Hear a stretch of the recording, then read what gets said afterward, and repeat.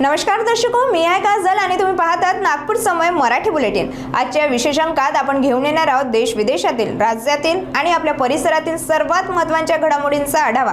राजकारण, समाज, आरोग्य, संस्कृती, मनोरंजन आणि अनेक महत्त्वाच्या क्षेत्रातील ताज्या आणि ठळक बातम्या तुमच्या समोर मांडणार आहोत। तर मग वेळ न घालवता सुरू करूया आजच्या महत्त्वाच्या बातम्यांसोबत। नागपूर शहरातील व्हरायटी चौकात शुक्रवार 17 एप्रिल रोजी विश्व हिंदू परिषद आणि बजरंग दल यांनी आंदोलन केले। हे आंदोलन नाशिकमधील कथित कॉर्पोरेट जिहाद आणि अमरावती परतवाडा फोटो व्हिडिओ प्रकरणाच्या विरोधात करण्यात आले। या प्रकरणामध्ये महिलांवर लैंगिक, मानसिक आणि भावनिक अत्याचार तसेच धर्मांतरण होत असल्याचा आरोप करण्यात आला।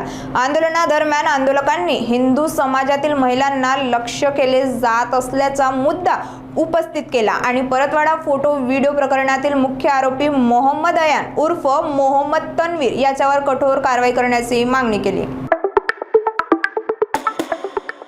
17 एप्रिल रोजी नागपूरमध्ये आयोजित पत्रकार परिषदेत आंतरराष्ट्रीय हिंदू परिषद प्रमुख डॉक्टर प्रवीण तोगडिया यांनी देशात सुरू असलेल्या लवजिवाद आणि धर्मांतरांच्या घटनांवर तीव्र प्रतिक्रिया व्यक्त केली। त्यांनी या घटनांना हिंदू समाजासाठी आंधी तुफान असे संबोधले।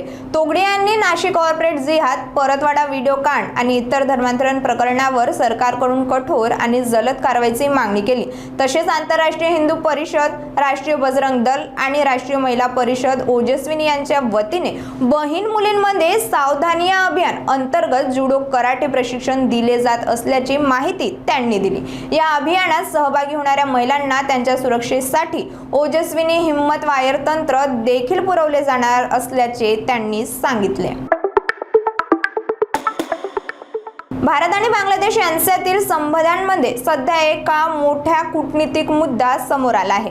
बांगलादेशच्या नवीन सरकारने माजी पंतप्रधान शेख हसीना यांच्या प्रत्यार्पणाची मागणी केली आहे। यावर भारताने स्पष्ट केले आहे की या विनंतीवर विचार सुरू आहे, मात्र संपूर्ण प्रक्रिया ही पूर्णपणे कायदेशीर आणि न्यायालयीन प्रक्रियेच्या आधारेच पुढे नेली जाईल। नागपूरच्या लकडगंज पोलीस ठाण्याच्या हद्दीतील वैष्णोदेवी चौक परिसरात हिंसक झटापटीची घटना समोर आली आहे। कॅफेमध्ये झालेल्या किरकोळ वादानंतर पीडिताला जीवे मारण्याची धमकी देत मारहाण करण्यात आली।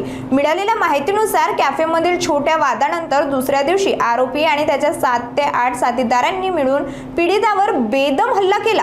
दगड आणि बेल्टने मारहाण करून त्याला गंभीर जखमी करण्यात आले। जखमी पीडिताला तातडीने रुग्णालयात दाखल करण्यात आले। लकडगंज पोलिसांनी या प्रकरणी गुन्हा दाखल करून 2 आरोपींना अटक केली आहे, तर इतर आरोपींचा शोध सुरू आहे। पुढील तपास लकडगंज पोलीस करत आहेत। आजच्या नागपूर समय बुलेटिन मध्ये इतकंच। आम्ही तुमच्या समोर आणत राहू ताज्या, महत्त्वाच्या आणि ठळक घडामोडी। बातम्या आवडल्या असतील तर नक्कीच तुमच्या मित्रमंडळींसोबत शेअर करा आणि हो, पुढच्या अंकासाठी आमच्या सोबत राहा। त्यानंतर सुरक्षित राहा, जागरूक राहा आणि आपल्या नागपूरवर गर्व करा। मी आहे काजल आणि तुम्ही पाहत होतात नागपूर समय। धन्यवाद।